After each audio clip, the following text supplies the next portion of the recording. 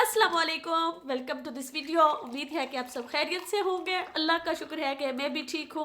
तो आज की वीडियो काफ़ी इंटरेस्टिंग है, थोड़ी लंबी भी हो गई है लेकिन काफ़ी हेल्पफुल होगी। तो आज की वीडियो उनके लिए है जिनको फ्रीज़र फूड पसंद नहीं है। मैं फ्रीज़र मील आइडियाज़ काफ़ी शेयर करती रहती हूँ, तो उसी के रिलेटेड आज भी वीडियो है लेकिन थोड़ी सी डिफरेंट है। अगर आप जॉइंट फैमिली में रहते हो या आपको फ्रीज़र फूड पसंद नहीं है तो आज की वीडियो आपके लिए। अगर आप इस तरह की प्लानिंग कर लेंगे तो आपका दिन बहुत अच्छा और खुशगवार गुजरेगा और किसी किस्म की कोई टेंशन नहीं होगी। तो ये टिप्स ज़रूर फॉलो कीजिएगा। और मैं आज जो है पूरे वीक की प्लानिंग कर रही हूँ। तो सबसे पहले मैंने एक नोटबुक में सारी जितनी भी डिशेस हैं वो मैंने लिख ली हैं कि जो जो आपकी फैमिली को और आपको जो चीज़ें पसंद हैं वो सारी लिख लें एक ही बुक में, ताकि आपको पता हो कि कौन कौन सी चीज़ें जो है मोस्टली फैमिली पसंद करती है, तो आप उसी के अकॉर्डिंग जो है फिर अपना मील प्लान करें।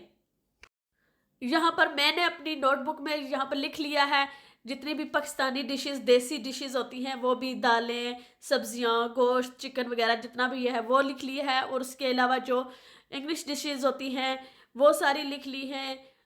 और भी डिफरेंट डिफरेंट चीज़ें जो होती हैं, इटालियन फूड फूड हो गया, चाइनीज़ हो गया, जो भी आपको पसंद है वो भी एक अलग से लिस्ट बना लें। स्नैक्स की बना लें और डिज़र्ट की बना लें। ये सारी मैंने अलग अलग रेसिपीज़ लिख ली हैं ताकि मुझे पता हो कि कितनी चीज़ें हैं। और मैं सारी जब प्लानिंग करती हूँ, मील प्लान करती हूँ, तो मैं ये सारी चेक कर लेती हूँ और इसी के हिसाब से आसानी रहती है। चीज़ें जितनी भी आप डिशेस बनानी होती हैं वो मुझे आसानी से मिल जाती हैं, टाइम भी बच जाता है और ज़्यादा वक्त नहीं लगता। तो इस तरह सारी चीज़ें मैंने पहले प्लान कर ली हैं कि मुझे क्या क्या चीज़ें बनानी हैं। फिर यहाँ पर मैंने सारे दिन लिख लिए हैं मंडे टू संडे तक। तो पूरे 7 दिन लिखे हैं और उसी हिसाब से यहाँ पर मैंने प्लानिंग कर ली है। आप अपने हिसाब से कर सकते हैं, अपनी फैमिली के हिसाब से कर सकते हैं। तो ये सिर्फ आपके लिए आइडिया है, आप इसके ज़रिए आपको काफ़ी से आइडियाज़ मिल सकते हैं, आप अपने मर्ज़ी के मुताबिक चेंजेस कर सकते हैं। मेरा ख्याल है कि इस तरह से आप मील प्लान करने से आपके काफ़ी वक्त भी बच जाता है और आपकी जो आधी टेंशन है वो दूर हो जाती है। नहीं तो आपको सुबह से लेकर शाम तक यही सोचना पड़ता है कि आज क्या बनेगा, आज दोपहर में क्या बनेगा, रात को क्या बनेगा, सुबह उठेंगे तो फिर यही टेंशन शुरू हो जाएगी। अगर आप इस तरह से मील प्लान कर लेते हैं तो बहुत ही स्मूथ आपके दिन गुजरेंगे, आप अच्छा फील करेंगे। काफ़ी सारी जो प्रॉब्लम हैं वो इस तरह हल हो जाएंगी। अब यहाँ पर मैंने अच्छा खासा टाइम लेकर मैंने जो प्लानिंग है मील प्लान वो सारी कर ली है। और उसके बाद आती है शॉपिंग लिस्ट की।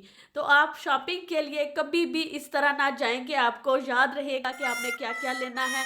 मुझे तो कभी याद नहीं रहता, जो चीज़ें नहीं लानी होती वो ले आती हूँ। तो बेहतर है कि आप शॉपिंग लिस्ट बनाकर साथ लेके जाएं, इससे आपका वक्त और मनी दोनों बच जाएंगे।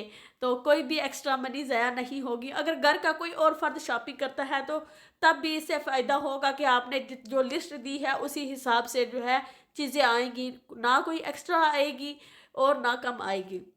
आज यही नोटबुक यूज़ कर रही हूँ आपको दिखाने के लिए। नहीं तो मैंने जो अपने फ्रिज पे जो वाइट बोर्ड लगाया हुआ है और जो चीज़ ख़त्म होती है तो मैं उधर लिख देती हूँ, और ताकि मुझे याद रहे कि कौन सी चीज़ है और साथ साथ लिस्ट बन जाती है। अगर मेरे हस्बैंड शॉपिंग पे जाएं तो वो वहाँ से स्क्रीनशॉट ले लेते हैं और वो शॉपिंग कर लेते हैं। इससे काफ़ी आसानी रहती है। तो इस तरह आपको भी काफ़ी हेल्प हो जाएगी। तो यहाँ पर मैंने जो ग्रोसरी की शॉपिंग है वो भी हो गई है मेरी। तो आजकल जैसे जो हालात हैं तो एक ही बंदा जाता है शॉपिंग के लिए। तो ज़्यादातर मेरे हस्बैंड ही शॉपिंग करते हैं। बच्चों के साथ शॉपिंग के लिए जाना काफ़ी मुश्किल हो जाता है, तो बेहतर होता है कि एक ही बंदा जाए और जो चीज़ें चाहिए वो ले आए। और यहाँ पर मैंने ये कुछ बिस्किट्स वगैरह मंगवाए थे क्योंकि अब स्कूल ओपन होने वाले हैं, कुछ ही दिन रह गए हैं तो स्कूल ओपन हो जाएंगे। तो बच्चे जो है स्कूल से जब वापस आते हैं तो वो इस तरह उनको भूख लगी होती है कि लगता है कि पूरा दिन इन्होंने कुछ खाया ही नहीं। तो जाहिर है बच्चे हैं तो काफ़ी भाग दौड़ करते रहते हैं तो भूख जल्दी लग जाती है। तो स्कूल से आते साथ ही उन्हें कुछ ना कुछ स्नैक्स चाहिए होता है, ताकि जब तक खाना वगैरह तैयार हो जाए। तो मेरी कोशिश होती है कि स्कूल से जब वो आए तो खाना रेडी हो, पहले वो खाना वगैरह खा लें और उसके बाद ये स्नैक्स करें। तो अब ये सारी शॉपिंग जो है वो मैंने कंप्लीट कर ली है। ये पास्टीज़ हैं और फ़िश पाए, ये मैंने आगे ट्राई नहीं की थी, तो ये वाली हस्बैंड लाए हैं, तो इंशाल्लाह ये ट्राई करूँगी। अच्छी थी लेकिन मुझे फ़िश इतनी पसंद नहीं है, तो मुझे इतनी अच्छी नहीं लगती और मेरे हस्बैंड को काफ़ी अच्छी लगी, इसका टेस्ट अच्छा था।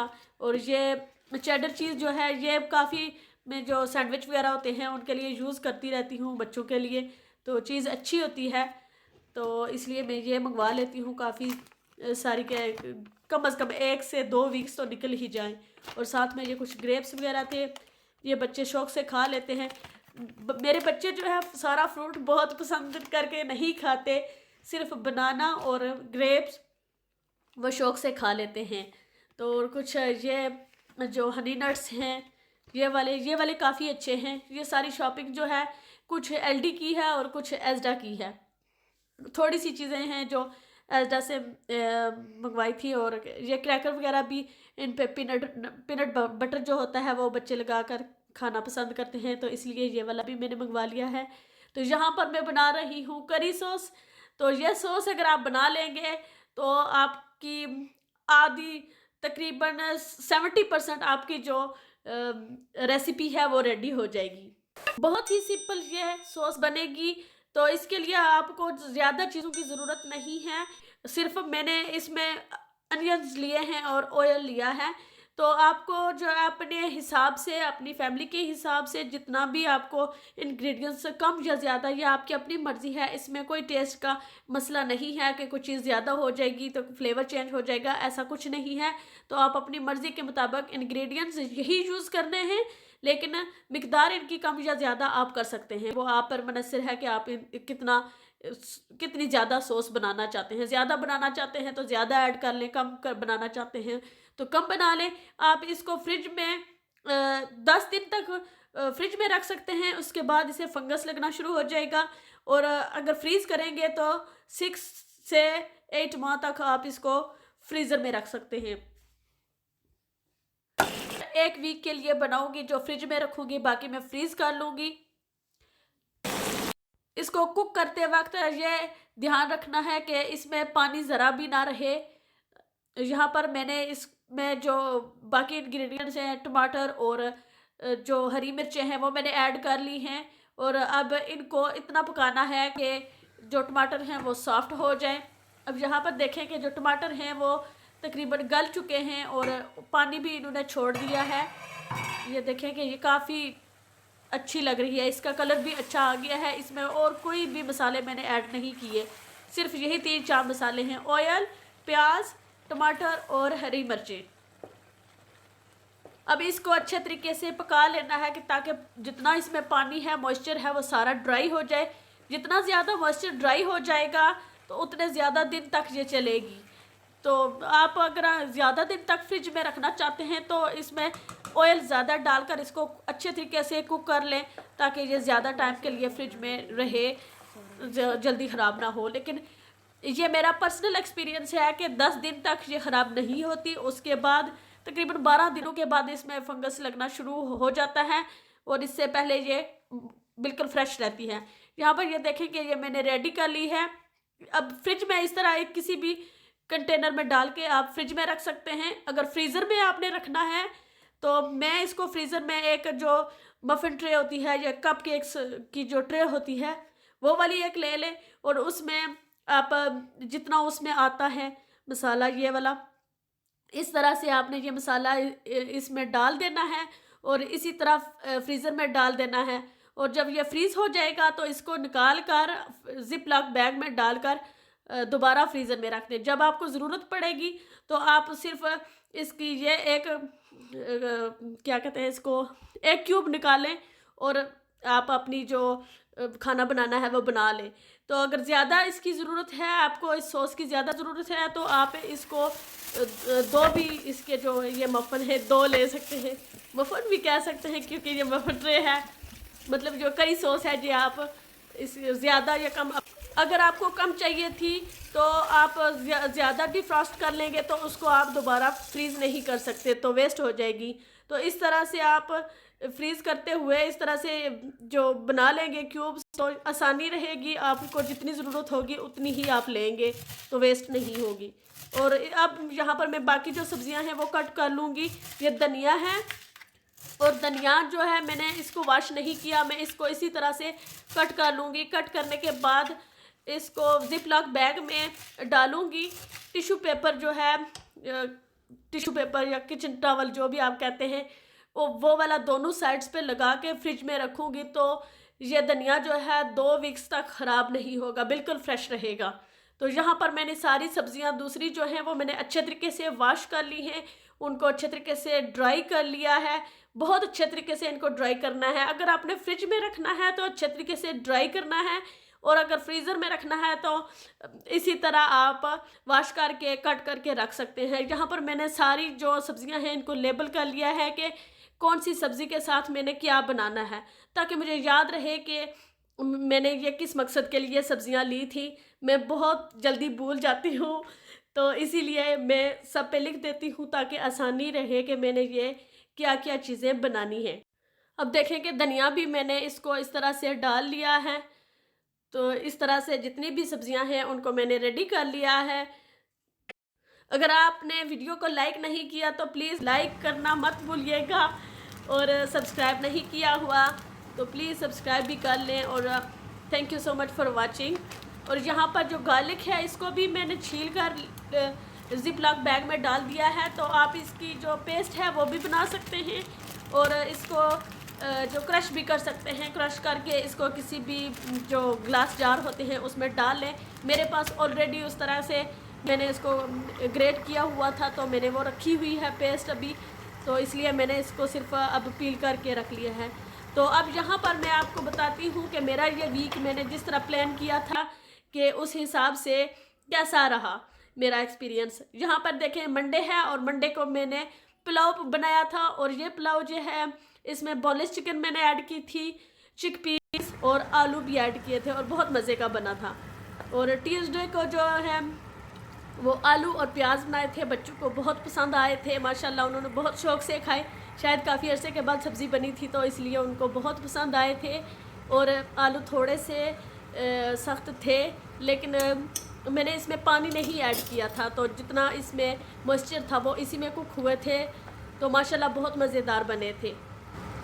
वेडनेसडे को जो है वो हमने हल्का फुल्का खाना खाया था, तो ये जो फ़िश पाई थी ये बनाई थी, और उसके साथ मैंने कुछ फ्राइज़ और पास्टीज, थोड़े से 3-4 समोसे, फ़िश फिंगर, और ये निबलेट्स बनाए थे। ये क्रंची निबलेट्स जो है मेरे बेटे को बहुत पसंद हैं, तो इसलिए मैंने ये भी बना लिए थे।